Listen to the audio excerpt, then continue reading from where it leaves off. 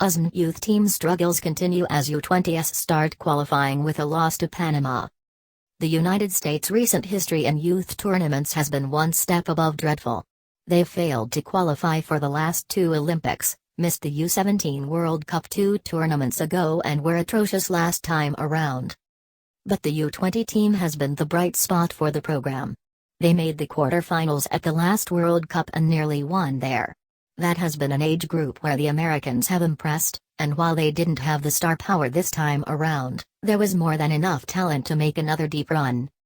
That deep run was supposed to start with the U20 CONCACAF Championship, which started this week and serves as qualifying for the U20 World Cup. But forget the deep run because the Americans started off by losing the opening match to Panama, 1-0.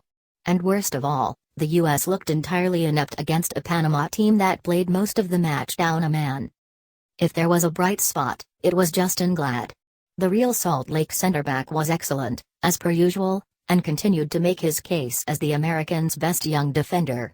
But beyond him, there was little to like about the Americans' performance. Chances were hard to come by and the defense was fine, but hardly dominant. The midfield wasn't dictating play. It was an entirely underwhelming performance in a match the Americans should have dominated. Tab Ramos, the U20 manager who has come under fire before, didn't exactly cover himself in glory. Sebastian Saucedo, one of the Americans' best young playmakers, started the match without the ball as his feet and not pulling the strings on the attack. A halftime switch to the number 10 helped, but was too late. Eric Palmer Brown, a central defender, was the defensive midfielder despite not playing there for the youth teams in years, and it showed as he turned in a terrible performance. It's tough to say that Ramos gave his team the best chance to succeed with so many players out of position, a theme for the U.S. youth teams.